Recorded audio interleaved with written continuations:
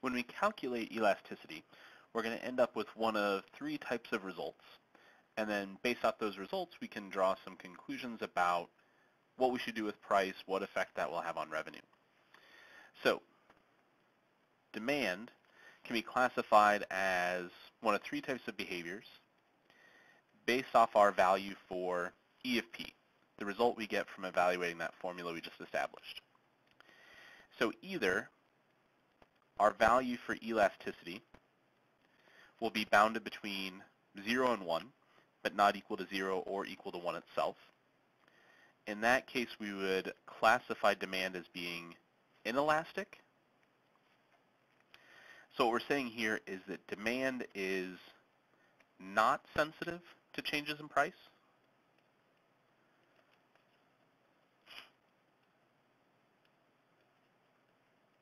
So not sensitive to changes in price. So a change in price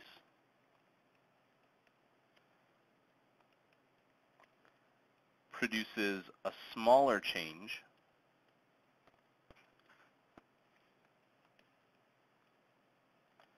in demand. So anytime we increase the price of a product, demand is always going to decrease. There are going to be more people who are either unable or unwilling to buy a product. However, in an inelastic demand situation, a change in price is going to have a smaller change on demand. So fewer people are going to be buying our product, but not a significant number. In the long run, we'll still be making more money because that increase in price is bringing in more per item. So in an inelastic situation, we would want to look at increasing price because demand won't decrease significantly. If we get a value for elasticity that's greater than 1, we classify demand as being elastic. So for elastic demand, demand is sensitive to changes in price. So a change in price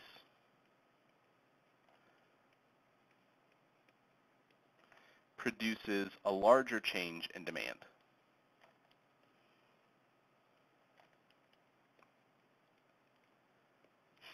So in this case, if we increase our price, there's going to be significantly more people who stop purchasing our product.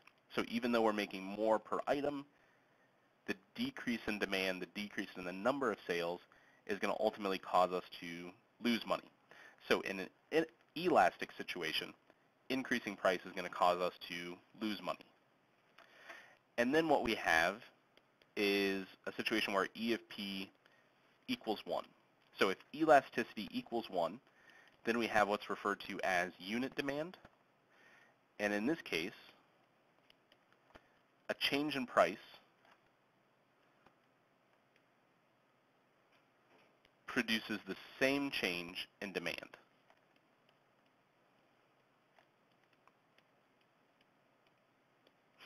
So what we mean by that is if we increase price, demand is going to reduce, but the two are going to offset each other so that nothing happens to our revenue. Nothing changes to the amount of money that we make off selling that product. If we decrease the price, we pull in more customers, but again, not enough that we're making any more money. So this is our ideal price point.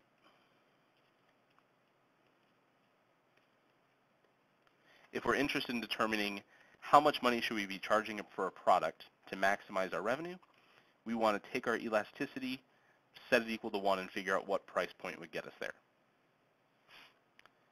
So that's why we're concerned with understanding elasticity. We're concerned with it because it affects our revenue. It helps us understand when we should increase price, decrease price, what's going to bring in more money for our company. So whenever demand is inelastic, that increase in price will cause an increase in revenue. So if we have a value for elasticity that's between 0 and 1, we would want to recommend increasing price. That's going to bring in more money. And a decrease in price would decrease our overall revenue.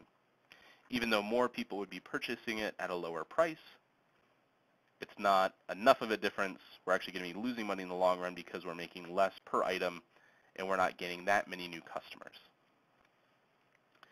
When demand is elastic,